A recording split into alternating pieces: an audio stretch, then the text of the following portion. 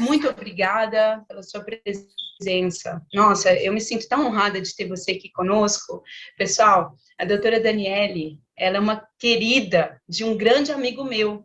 E aqui, doutora Daniele, nessa jornada que a gente faz, né, do CE Platinum, nós acreditamos muito no processo educacional. A gente faz exercícios físicos, cognitivos, sociais, e a gente acredita muito na importância da busca do conhecimento. E aí a gente corre atrás dos melhores profissionais. E aí, para nossa alegria, né, esse mês de dezembro que começa, a gente trouxe lá de Natal, aquela capital maravilhosa do Rio Grande do Norte. Quem tiver aí ou assistirá depois, um beijo para essa terra linda. Não tive ainda o prazer de conhecer pessoalmente, mas vejo fotos e acho maravilhosa. Então, seja muito bem-vinda, a doutora Daniele, ela é médica oncologista da Clínica de Oncologia e Mastologia de Natal. Não é isso, Daniele? Isso mesmo. Falar também, e membro titular da Sociedade Brasileira de Oncologia Clínica. Que honra! A palavra está com você, a gente vai bater esse papo aqui durante uns 30 minutos, aproximadamente, depois a gente vai abrir para perguntas, tá? Então, preparem aí as suas perguntas que a gente vai chamar o nosso público para participar com a doutora Daniele. Obrigada, com você. Bom dia, muito obrigada a todos, a equipe da Platnis, no nome da professora Juliana, pelo convite. É um prazer estar com vocês hoje. Que bom que eu entrei um pouquinho antes e pude ver um pouquinho dos exercícios. Confesso que fiquei até com vontade de realizá-los alguns. Se eu não tivesse com essa camisa aqui, eu teria feito alguns com vocês. É um grande prazer estar com vocês hoje. A gente vai conversar um pouquinho sobre a saúde do homem, né? Na verdade, a saúde de todos, um pouco focado para a saúde masculina, lembrando desse novembro azul que a gente passou aí. Eu vou compartilhar a minha apresentação. Quando vocês estiverem vendo, vocês me avisam. Bom, então, vou comentar com vocês hoje, a pedido do pessoal da Platnis, da professora Juliana, sobre prevenção e diagnóstico precoce em alguns tumores masculinos, conversando um pouco sobre a saúde dos homens idosos. Essas são as clínicas que eu trabalho, os serviços que eu trabalho aqui em Natal. É um prazer estar conversando hoje com o pessoal de Brasília, não é isso, Juliana? Sim. De Brasília? Bom, então eu preparei minha apresentação em 3 tópicos, um pouco sobre definição do que é prevenção e diagnóstico precoce, algumas das indicações que a gente pode e deve fazer prevenção, os tumores de próstata, os tumores cólon e reto e pulmão, falando da saúde do homem, e concluir. Então, prevenção, o que seria prevenção, que é o que todo mundo vem falando atualmente, com a pandemia, as pessoas focaram um pouco mais na prevenção das doenças, né? Antigamente, as pessoas iam mais atrás do prejuízo, ainda vão, mas o que a gente precisa hoje realmente é divulgar a prevenção, antes da doença acontecer.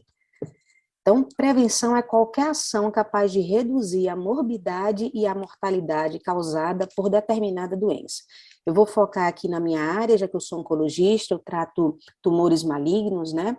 Mas a prevenção ela deve ocorrer para qualquer doença, as doenças cardiovasculares, as doenças articulares, então você tentar prevenir antes da doença acontecer. E ela é dividida em 3 categorias. A prevenção ela pode ser feita de uma forma primária, de uma forma secundária e de uma forma terciária. Eu vou conversar com vocês um pouquinho sobre como são essas formas que se apresentam. Então, a forma primária é o que é o nosso foco, é o que a gente quer buscar hoje como equipe de saúde, tanto na parte médica, fisioterapia, dentistas, educação física, então, tentar fazer com que o paciente não venha a desenvolver nem a primeira etapa de alteração celular, que seria o acontecimento de uma modificação celular. Então, na prevenção primária, o epitélio ainda está normal, então nós não temos nenhuma alteração, nenhum diagnóstico de doença, e a gente vai tomar atitudes para que essa doença não venha a aparecer. Na prevenção secundária, essa doença ela começou a aparecer, mesmo que você ainda não tenha nenhum sintoma, mesmo que você não sinta nada, mas a gente já tem uma alteração celular que pode ser corrigida através de um diagnóstico precoce. Então, é para isso que servem os exames de rastreamento, que são aqueles exames para fazer diagnóstico precoce em pessoas que não sentem nada. Eu acho que a gente não deve só ir ao médico quando a gente sente alguma coisa. Cada vez mais a gente está vivendo mais tempo, a nossa Nossa meta de idade está aumentando, né? Antigamente a gente tinha uma média de 70, hoje em dia 85 anos de média, né? A gente sabe, cada vez mais a gente vê pessoas mais idosas e com qualidade de vida, isso é muito bom, e com certeza isso devido a medidas de prevenção que essas pessoas atuam aí na sua vida. Então, a prevenção primária é você, além de ter a prevenção, fazer suas medidas de hábitos de vida, a prevenção secundária é você fazer o seu rastreamento precoce, e a prevenção terciária é você cuidar após o diagnóstico, é naquele caso em que eu preciso me tratar, eu já tenho o diagnóstico de uma doença, e eu preciso fazer um tratamento. Então, exemplificando através de imagem, o que seria prevenção primária? Prevenção primária é a prática de atividades físicas e alimentação saudável. Então, redução da ingesta de açúcar, aumentar a ingesta de fibras, aumentar a ingesta de frutas, tomar bastante líquido, né, tomar bastante água. Antigamente você via bem menos, hoje em dia todo mundo tem a sua garrafinha. Eu, quando chego no trabalho, vejo todo mundo com a minha garrafinha lá. As pessoas estão se cuidando para realmente a importância da hidratação aí na vitalidade celular. Então, essa é uma das formas de praticar atividade física, né? Manter o seu corpo saudável, né? Tentar manter o seu peso ideal e a atividade física não só pelo lado estético, mas principalmente pelo lado da saúde, que é isso que a gente realmente tem que idealizar. O estético é o bônus, o importante é a saúde. A outra forma de prevenção primária é realmente evitar hábitos nocivos, como o tabagismo. Então, na hora que você não está fumando, você está se preservando e prevenindo doenças, várias doenças, não só câncer. Então, uma forma de prevenção primária são as campanhas anti-tabagismo. Quando a gente fala de prevenção secundária, aí a gente vem para o diagnóstico precoce. Então, existem alguns casos onde a gente precisa fazer os exames de rastreamento, ainda sem sintomas, para chegar nesse diagnóstico precoce, como, por exemplo, no câncer de pulmão, onde o paciente geralmente já só vem a sentir algum sintoma quando já está com a doença um pouco mais avançada. Outra forma de diagnóstico precoce, aqui puxando para o Novembro Azul, é as consultas no urologista, em que os homens devem procurar o seu especialista, procurar o urologista, geralmente por volta a partir dos 45, 50 anos, começar as suas consultas de rotina. Né? Isso é muito importante na educação masculina, a mulher ela é um pouco mais educada a fazer as suas consultas de rotina. Né? Nós mulheres, geralmente, quando a gente já está na pré-adolescência, nossa mãe já leva a gente para fazer nossa consulta no ginecologista. Né? O homem não, geralmente a educação da saúde masculina é um pouco mais lenta, digamos assim. Né? Então, a mulher já vai para o ginecologista, a mulher é mais voltada para fazer seu preventivo, sua mamografia, e já o homem é um pouco esquecido. Então, a gente sempre tem que lembrar que também precisamos desse cuidado aí, por volta dos 45, 50 anos, iniciar suas consultas no urologista, mesmo que esteja sem sintoma nenhum. Então, esse é um artigo publicado pela Sociedade Americana, mostrando que a importância da prevenção primária no combate ao câncer. Então, eles fizeram um levantamento de vários estudos que já foram realizados, várias publicações que já foram realizadas sobre alimentação, atividade física e prevenção do câncer. E realmente, com esse levantamento, esse apanhado de estudos foi publicado no ano passado, em 2020, realmente ficou corroborado através de estudos científicos de que realmente atividade física e alimentação previnem sim as doenças malignas, previnem sim vários tipos de câncer. E baseado nesse levantamento, a Sociedade Americana fez novas recomendações para a prevenção primária. Então, se você tiver que seguir uma cartilha, seria mais ou menos isso que está colocado aqui. Então, a gente tinha as recomendações de 2012, e essas recomendações foram atualizadas agora em 2020. Então, um dos principais objetivos, alcançar e manter um peso saudável. Tá? Então, o peso saudável, não está dizendo se você é magro, se você é sobrepeso, está dizendo que você precisa manter o seu peso saudável. Seja fisicamente ativo, não importa se você que a gente chama de bombardo, né? Não importa. O importante é você ser fisicamente ativo. E siga um padrão de alimentação saudável, tá? Então, tente manter a sua alimentação saudável. Não é bem uma cartilha de bolo, cada um tem a sua orientação individual, é importante procurar um especialista nessa área para seguir a sua orientação individual. E evite bebida alcoólica, A bebida alcoólica em excesso, ela pode realmente também induzir alterações celulares. Então, essa seria uma cartilha de prevenção primária que a gente deve buscar seguir para que a gente fazendo a nossa parte, a gente vai tentar uma longevidade maior e melhor com qualidade de vida. Sobre a obesidade, foi divulgado esse folder mostrando que depois de tabagismo, obesidade é o principal fator de risco para câncer. Então, a importância de você manter realmente o seu peso adequado, tá? Então, parar de fumar, manter seu peso adequado, e no final ele coloca assim, proteja você mesmo, se mova, se movimente, procure ter uma alimentação saudável, tá? Porque realmente essas duas atividades só dependem de você. Muitas vezes o paciente chega para mim e diz, qual é a minha prescrição de hoje? Eu disse, se eu pudesse, eu colocava na sua prescrição atividade física. Você tem que acordar de manhã, fazer sua atividade física, fazer sua alimentação saudável. Às vezes, isso é melhor do que você passar um comprimido. Então, algumas orientações de qualidade de vida são importantes aqui para que aquele paciente se previna e mantenha a sua saúde, mesmo após o diagnóstico. Mesmo após o diagnóstico. A prevenção é o que a gente busca, mas mesmo após o diagnóstico. Falando, então, saindo da prevenção primária, das suas mudanças no estilo de vida, da atividade física, da alimentação saudável, também da cabeça boa, né? Essa parte mental também ajuda muito aí na prevenção primária. Voltando então para a prevenção secundária, o que seria prevenção secundária? Seria aquele diagnóstico precoce, os seus exames de rastreamento efetivo. E quando é importante a gente fazer esse diagnóstico precoce? Quando a gente tem uma doença de alta prevalência. Por exemplo, quando a gente fala de câncer de próstata. Então, os tumores de próstata, eles são os mais incidentes em homens, depois de tumor de pele. Então, é muito importante que se estabeleçam políticas de prevenção secundária, já que a gente sabe de uma incidência muito alta desse tipo de doença.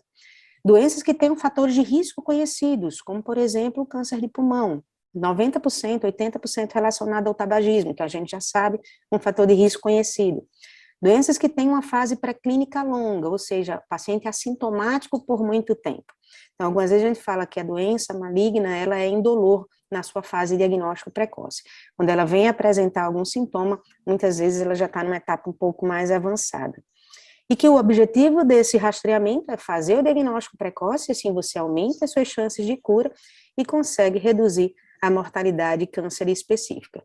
Claro que existem os falsos negativos, nem tudo que é diagnosticado é câncer, né? Procure seu médico se você tem alguma alteração, mesmo que não tenha sintoma, mas se observou alguma alteração em exame de rastreamento, volte para o controle. Eu brinco muito com meus pacientes que eles não sabem ler exame, porque eles abrem o exame, leem em casa, choram, ficam chorando, desesperados, e quando chega no consultório não é nada demais. Então, desde que a gente interpreta, vamos abrir o exame junto, que aí a gente tem um resultado melhor. Então, quais seriam as indicações desse rastreamento precoce? Eu vou comentar com vocês hoje sobre 3 tipos de indicações já bem consolidadas na oncologia. Juliana, se estiver muito rápido, você pode me cortar, tá? Se quiser ótimo. falar comigo. Tá perfeito aqui, ó. O Juraci também deu um joinha ali, ó. Tá tudo bem.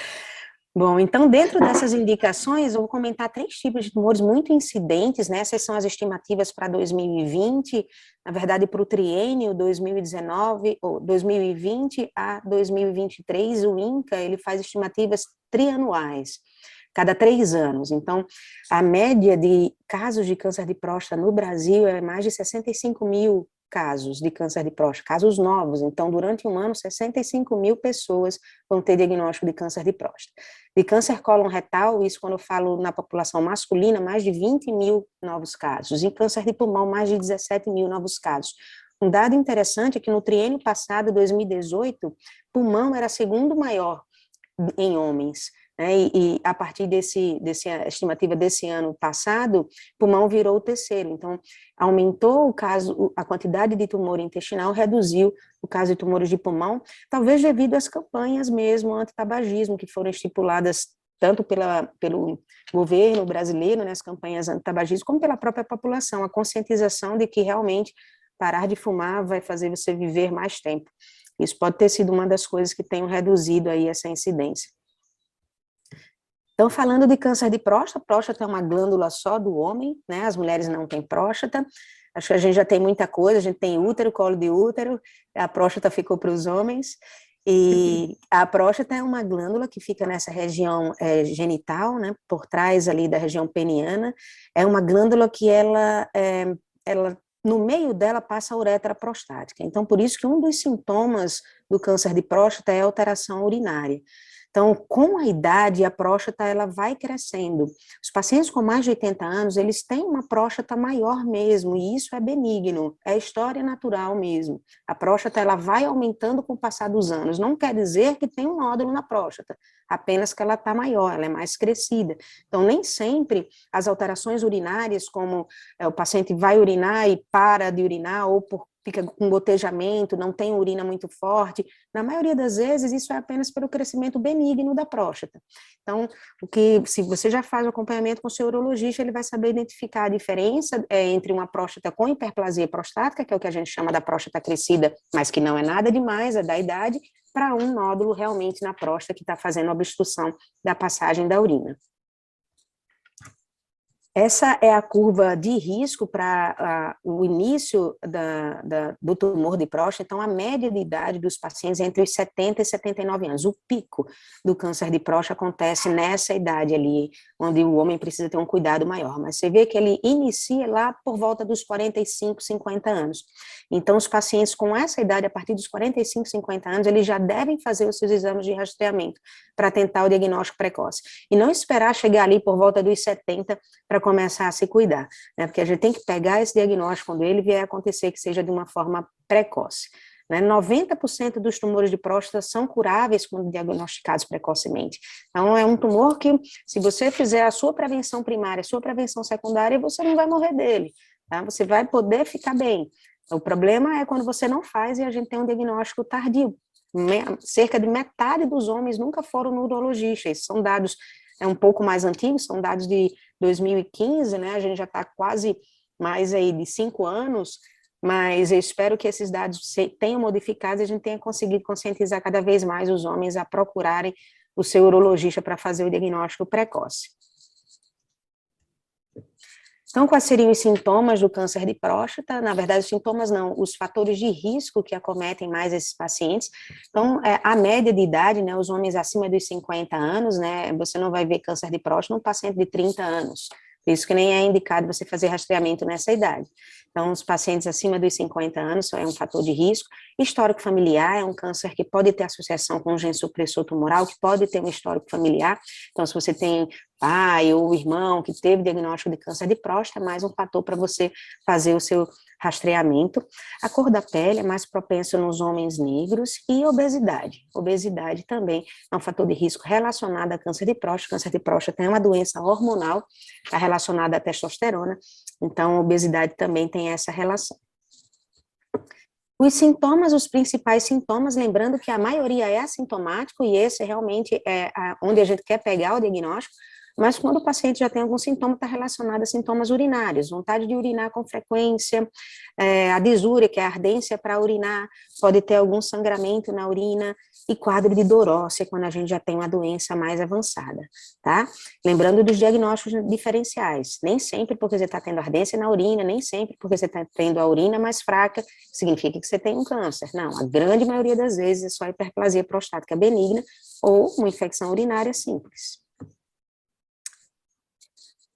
O rastreamento do câncer de próstata, ele vai em alguns pilares, né, ter foco numa doença de alto impacto em saúde pública, como é o câncer mais incidente, então ele se enquadra. A doença será sintomática nas suas fases iniciais, onde a gente ter esse diagnóstico precoce, a gente aumenta as chances de cura. Ter testes diagnósticos que devem ser de baixo custo, e aqui a gente está falando de um exame de sangue, né, e um exame clínico, que é o toque retal, então são exames de baixo custo, e o tratamento deve ser capaz de diminuir a mortalidade. Isso acontece em praticamente todos os tipos de câncer onde a gente tem um diagnóstico precoce, próstata é um deles também. Essas são as recomendações. Vale a pena rastrear câncer de próstata? Sim, vale a pena. Os estudos demonstram que 20% de redução da mortalidade quando a gente tem o diagnóstico precoce. Esse diagnóstico ele é feito através do toque retal pelo seu urologista e exame de PSA. Então, o PSA é um marcador que é feito um exame de sangue simples. tá? Existem algumas taxas de normalidade, que essas taxas são individuais, então, às vezes, para um paciente que tem um PSA de 2, aquele PSA já é alto, às vezes, para um paciente que tem um PSA de 10, para aquele paciente o PSA não é alto, então, é individual, né? A gente coloca um cutoff médio de 4, mas isso varia para cada paciente, tem que ser analisado individualmente. Alguns fatores fazem com que o PSA aumente, como, por exemplo, uma inflamação na próstata.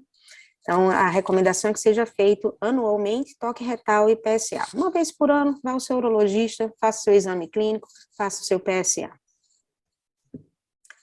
E aí são os exames para diagnóstico, PSA, exame de sangue, toque retal feito pelo urologista. Se esses exames se mostrarem alterados, a gente vai para um diagnóstico um pouco mais preciso, e aí pode ser necessário um ultrassom transretal e uma biópsia, mas apenas se os exames se mostrarem alterados. E aí, na campanha do Novembro Azul, né, cuidar também é coisa de homem, mostrando que é necessário, sim, fazer o seu diagnóstico precoce, e o Novembro Azul é uma forma de prevenção primária, conscientizando a população de que vá procurar os seus exames de rastreamento, que é importante a gente ter esse diagnóstico, aumentando a chance de cura de câncer de próstata.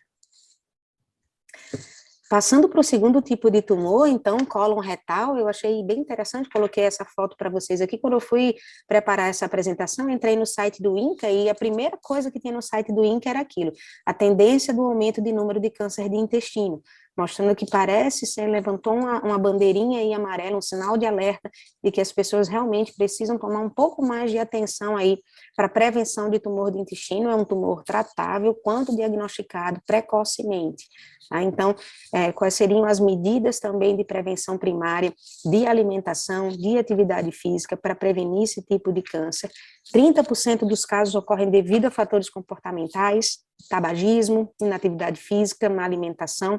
O restante dos casos estão relacionados a fatores hereditários, a doença inflamatória intestinal e a presença de pólipos intestinais. Então, mesmo sem alteração nenhuma, qual é a recomendação? É que se faça realmente os exames de rastreamento, que eu vou comentar com vocês, e os sinais de alerta para o câncer de intestino. Então, sangue nas fezes, alguma mudança do hábito intestinal, diarreia e às vezes constipação, dor abdominal, às vezes alteração no formato das fezes. O paciente pode ter anemia pelo sangramento intestinal, muitas vezes, às vezes o diagnóstico é até isso, o paciente idoso, ele está muito cansado ou muito fraco, faz um hemograma e você vê uma anemia importante, e aí você vai procurar a causa daquela anemia e vê um diagnóstico de um tumor, de uma doença que está causando sangramento intestinal. Então, perda de peso aparente no estado mais avançado, uma massa tumoral. Isso não é o que a gente quer pegar o diagnóstico inicial, na verdade, a gente quer que isso não aconteça, nem a primeira fase. Ele quer atuar na prevenção primária para que nem a primeira fase aconteça. Mas se ela ocorrer, que a gente tenha esse diagnóstico precoce. E o rastreamento do câncer de cólon, já bem corroborado, já é para ser feito. Nós, oncologistas, já solicitamos nos nossos pacientes. Antigamente, o paciente ia na sua consulta de controle só no cardiologista. Eu vim fazer o meu check-up. Ele ia no cardiologista e fazia o check-up. Hoje em dia, a gente recebe pacientes no oncologista. Eu vim fazer o meu check-up, para fazer os meus exames de rastreamento e vir a ter um diagnóstico precoce se eu tiver alguma doença. Tá? Então, para o câncer de cólon reto, um exame simples, que é a pesquisa de sangue oculto nas fezes, tá? É um exame de fezes, como um protoparasitológico, onde a gente identifica ali sangue, que não dá para ver ainda, se você olhar visualmente, você não consegue ver apenas no microscópio. Identificando esse sangue oculto nas fezes, a gente passa para um diagnóstico de colonoscopia, e a colonoscopia, ela é indicada a partir dos 50 anos. Então, mesmo nas pessoas que não sintam nada, a partir dos 50 anos, precisam fazer a sua primeira colonoscopia. Tá? Isso serve para todos, para homens, mulheres. A primeira colonoscopia deve ser feita a partir dos 50 anos, assim como a mamografia nas mulheres a partir dos 40 anos. É um exame diagnóstico e terapêutico. A gente vai buscar fazer o diagnóstico e já fazer a biópsia se tiver alguma alteração. Entrando no nosso último tipo de tumor, que é o câncer de pulmão, que eu vou conversar hoje com vocês. O câncer de pulmão, ele é o terceiro mais incidente em homens, só que ele é o que mais mata os pacientes. Então, é um tumor agressivo ainda, com a mortalidade alta, apesar da gente ter muita coisa para tratar câncer de pulmão hoje em dia. Antigamente a gente não tinha muita coisa, hoje em dia a gente tem vários e vários tratamentos, tem imunoterapia, drogas alvo direcionadas, né? Mas, como eu digo, o que a gente quer é não precisar usar nada disso. A gente quer que o paciente pare de fumar, a gente quer que o paciente faça atividade física, que as pessoas façam isso para evitar a desenvolver o câncer de pulmão. 80% dos casos relacionados a tabagismo, mas existe também a exposição ocupacional, é o principal tipo de tumor relacionado à exposição ocupacional. Existem muito ainda casos de um tumor chamado mesotelioma, que é um tumor causado pela inalação do amianto. Então, isso é muito comum, existe no Brasil, até já isso foi proscrito a fabricação de telhas com amianto, mas ainda existe.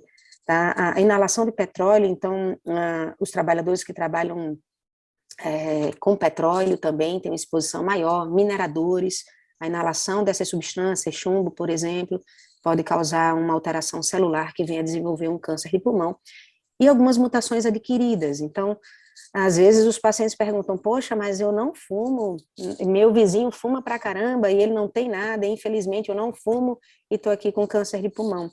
Infelizmente, existem as mutações adquiridas, que são aquelas que não são herdadas na família, mas que são adquiridas pelo próprio paciente ao longo da vida e podem ser a causa de algum tipo de tumor de pulmão específico.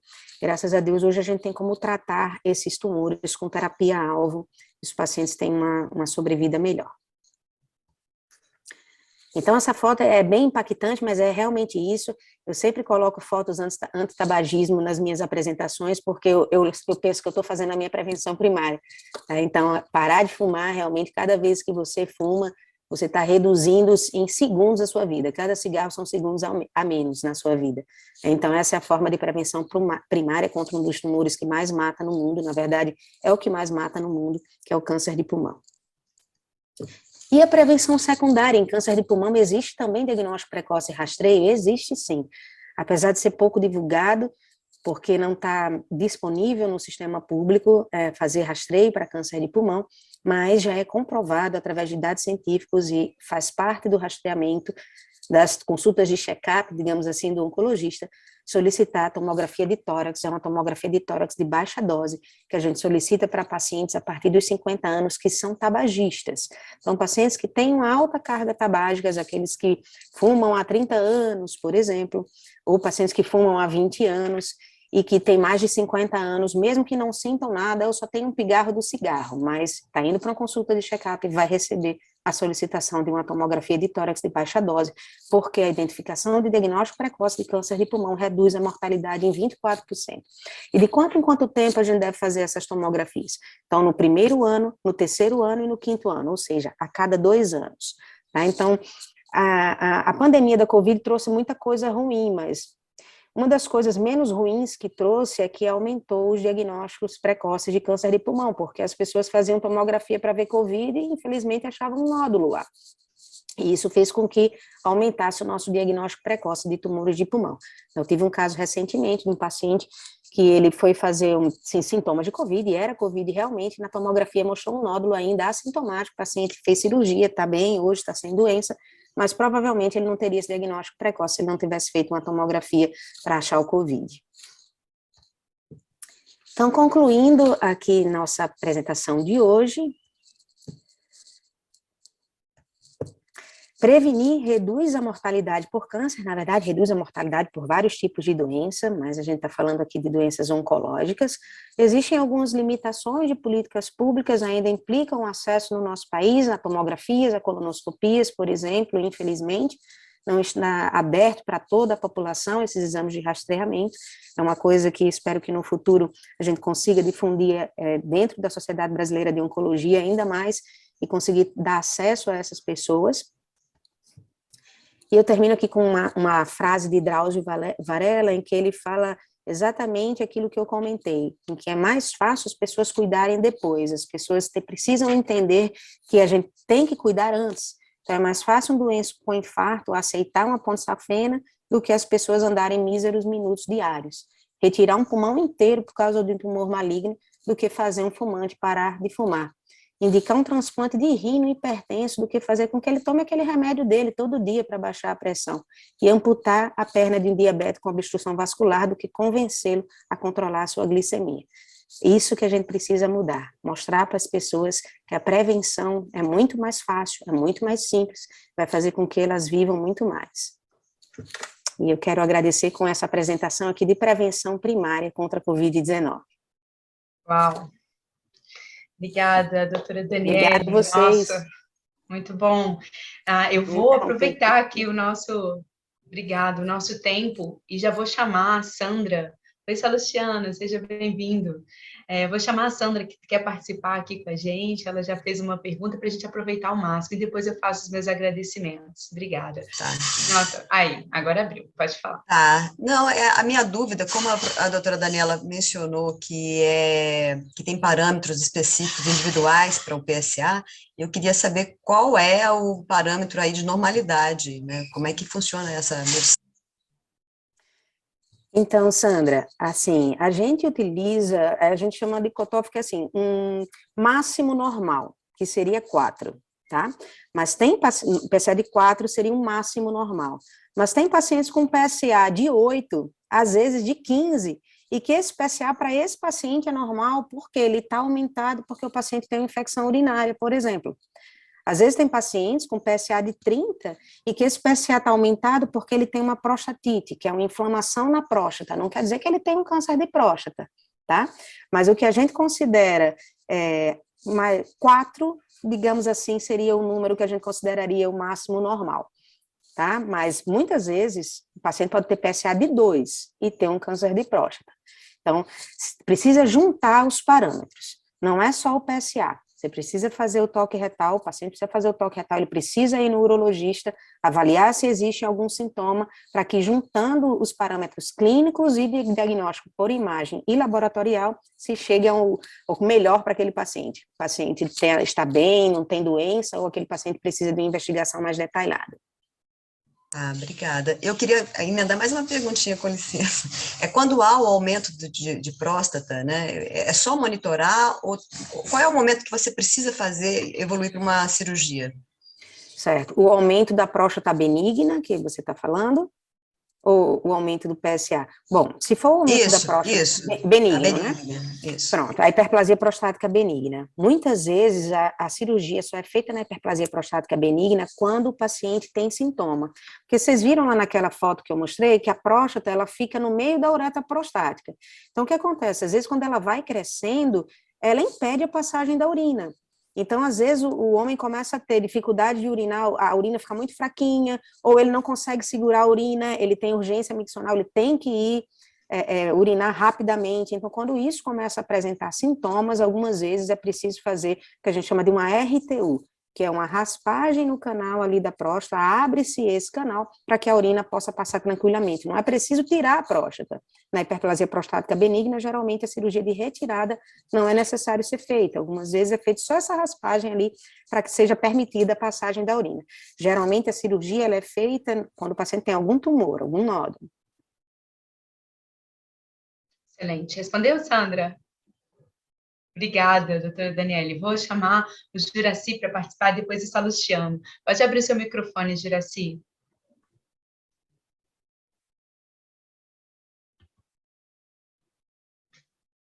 Pronto, Aí. acho que consegui. Sobre o petróleo. Eu observei que em umas regiões do país, não é o caso daqui em Brasília, aqui em Brasília você vai num posto de gasolina e os atendentes não utilizam nenhuma proteção respiratória. Em outros estados eu verifiquei que é padrão, todo trabalhador lá, o frentista do posto de gasolina, além de utilizar uma roupa, sapato, ele usa uma proteção como se fosse uma máscara, né? E aqui não, aqui ninguém usa proteção nenhuma. No momento está usando a máscara, mas é mais por causa do Covid. Mas não, eu observei que isso era sistemático em outros estados, e aqui ninguém se protege. É fator de risco aspirar lá a gasolina? É sim, faz parte da saúde do trabalhador. Tem que ter proteção contra agentes inalatórios. Aqui em Natal usa. Excelente. Não usa. Boa pergunta, boa resposta. Isso aí, direto, curta e direta. Eu gosto disso. Muito bom, Juraci. Obrigada. Salustiano, abre o seu microfone e consegue fazer sua pergunta? Acho que você está paradinho aí, né? Você pode perguntar, está no carro. Fica à vontade aí para abrir o seu microfone. Aí, tá aberto, pode falar. A minha pergunta para a doutora é a seguinte: quem já fez uma RTU no passado, com quanto tempo depois há a possibilidade ou há viabilidade de ser feita uma nova intervenção?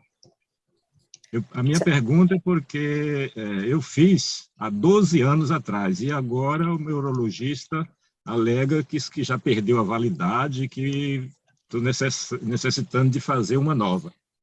Eu queria mais uma explicação a respeito, né? Uma opinião a mais, né? Certo. Obrigado. Obrigada pela pergunta, seu Salustiano. É o seguinte, a próstata, ela continua crescendo com o passar da idade. Quando a gente faz a RTU, que é a ressecção transuretral da próstata, nós não retiramos a próstata, né? Então, você tem a próstata e você faz uma raspagenzinha no meio dela, mas ela continua lá. Se ela continua crescendo, ela pode fechar de novo a passagem da urina. Então, se faz 12 anos que o senhor fez, o senhor tem 12 anos aí da próstata devagarzinho crescendo de forma benigna. Então, realmente, pode sim ser necessário fazer uma outra ressecção, se isso estiver causando ou iniciando uma obstrução ali da uretra prostática, porque a próstata não foi retirada, então ela pode voltar a crescer. Perfeito, muito obrigado.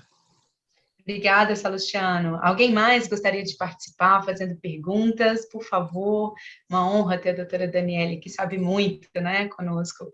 Bom, enquanto vocês vão pensando aí, se alguém quiser participar, pode levantar a mão. Eu quero fazer uma pergunta em homenagem ao meu pai. Meu pai venceu aí, doutora Daniele, né, o câncer está vencendo, né, de próstata. E ele, uma coisa que angustia muito é a hormonoterapia sem uma previsão de parar de fazer esse tipo de terapia, né? Então, aqui eu coloco duas perguntas. O que falar para uma pessoa assim, né, que está aí vencendo, aplicando as injeções, o prognóstico é bom, assim, ele tem, né, a gente está com esperança mesmo, mas ele quer parar de tomar as injeções. Quando que eu paro? Essa é a pergunta dele. E falar um pouco também sobre a imunoterapia, se você puder falar sobre isso. Aí depois eu chamo o Ronald para participar. Obrigada. Certo. Olha, eu posso te falar assim, no mínimo os pacientes usam 3 anos, tá? Então, é um padrão, quase um padrão. Quando a gente tem um diagnóstico de tumor de próstata, a gente precisa fazer o tratamento hormonal, que é essa hormonioterapia, que pode ser na forma de injeções, geralmente aplicadas no abdômen, ou através de comprimidos, a depender da indicação do oncologista.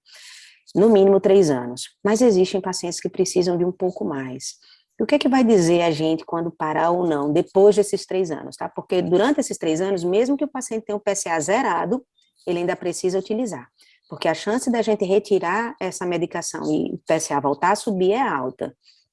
Agora, após esses 3 anos, o que vai dizer para a gente retirar ou não é a ausência de doença em outros lugares, que não na próstata, se não tiver doença em lugar nenhum, né? Se ele tiver, aqui eles chamam de PET-PSMA, que é um exame mais específico do corpo inteiro, negativo, e o PSA negativo. Então, ele precisa ter sintomas, ausência de sintomas e achados laboratoriais e clínicos de que não tem doença após esses 3 anos. Se não tiver, isso pode ser retirado.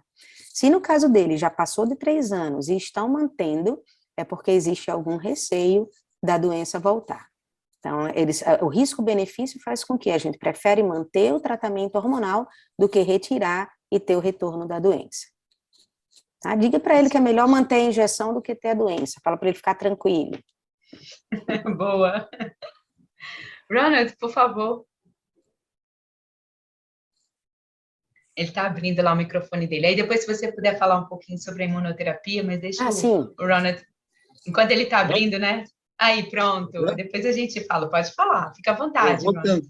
Eu vou tentar formular a pergunta e a senhora vai fazer o trabalho de interpretação da pergunta, que é o seguinte. Eu ouvi dizer que todo homem terá tendência, quanto mais velho for, a ter câncer de próstata, mas que numa idade mais avançada, se o diagnóstico for feito, não haveria necessidade de tratamento mais.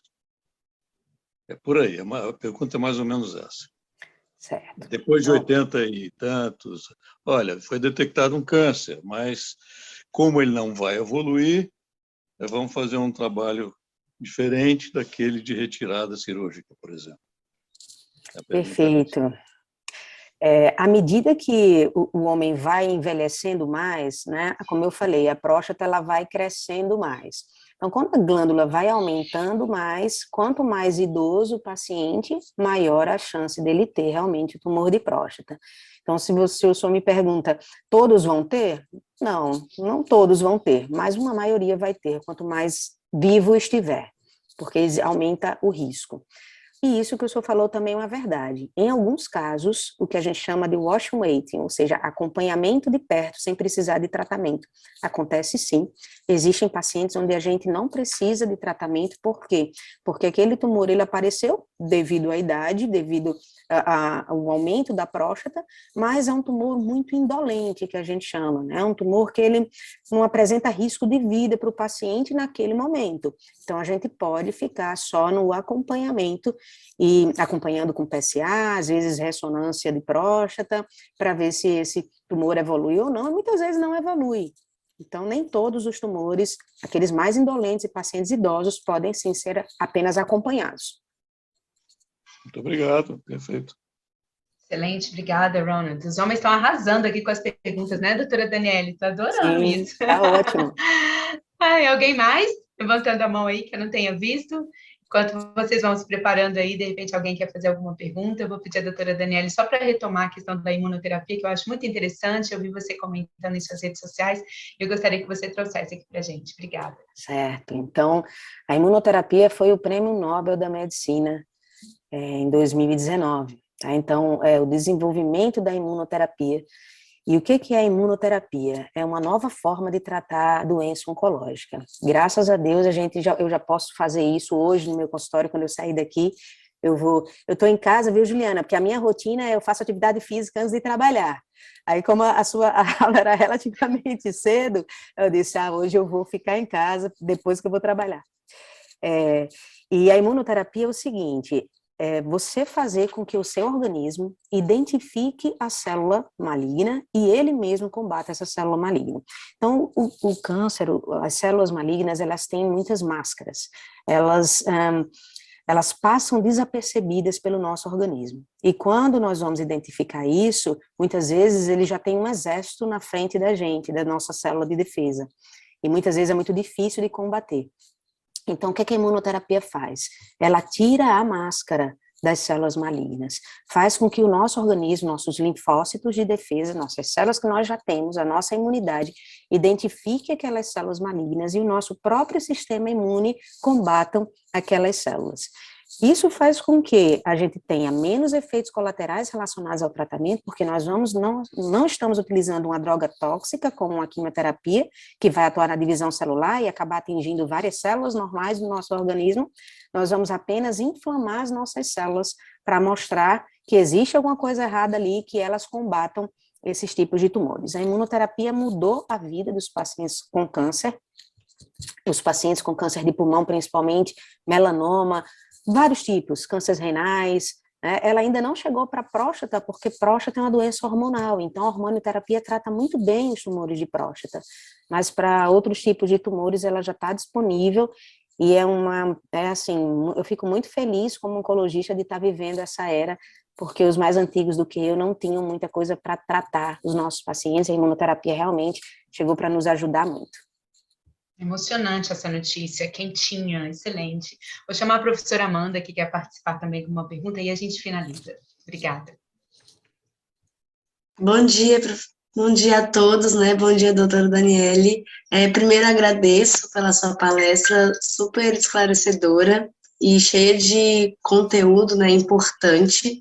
E eu fiquei muito feliz em saber que está sendo uma ferramenta de prescrição pelos médicos a educação física, né, a prática de exercício físico, na parte de prevenção primária, né? Eu queria saber um pouco mais como é que é essa parte de indicações na parte ali já prevenção secundária, né, prevenção terciária.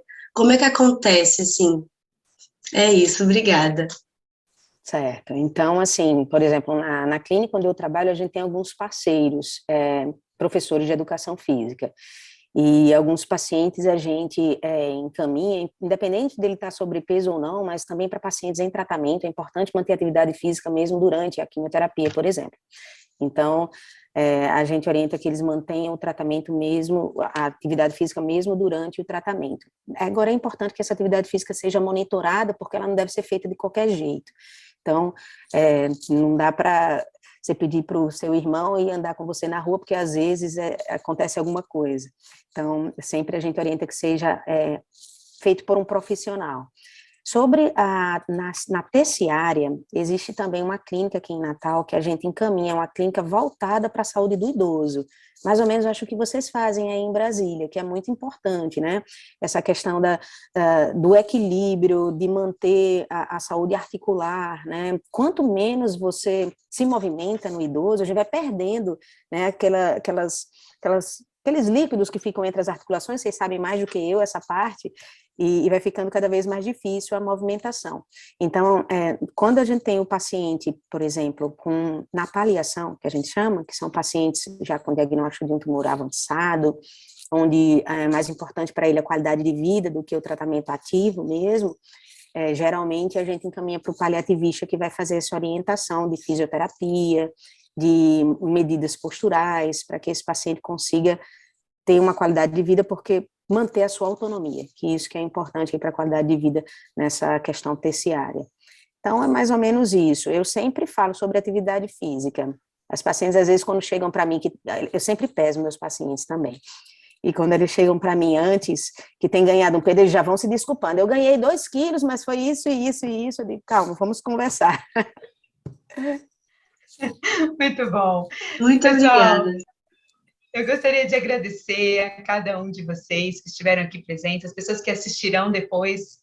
Doutora Daniele, nós vamos editar com muito carinho essa palestra e vamos viralizar, né? Pedir que os homens aí divulguem, mandem para outros amigos, extremamente esclarecedora, linguagem fácil, muito atualizada. Nós fazemos parte de um grupo de pesquisa também aqui na Universidade de Brasília, então ter você trazendo informações atuais, esse é o nosso grupo, né? Somos assim, somos ávidos por notícias aí saindo aí da ciência, com toda a sua propriedade. Então, muito obrigada, eu me sinto extremamente privilegiada, eu acredito que cada um aqui de nós, que pôde ficar ao vivo, trazendo as suas questões, agradeço particularmente por ter respondido a questão aí do meu querido papai, que está vencendo aí, muito obrigada. Então, a gente só tem que agradecer. Um grande beijo para você, gostaria que você falasse algumas palavras finais para a gente se despedir. Eu que agradeço, fico feliz pelo convite de estar com vocês hoje aí, com o pessoal de Brasília, da Platines, e é muito bom ver essa parte da educação para a prevenção primária. Realmente valeu a pena ter entrado uns minutinhos antes para ver os exercícios e as pessoas fazendo os exercícios, e isso foi muito bom. Muito obrigado pelo convite e estou à disposição de vocês.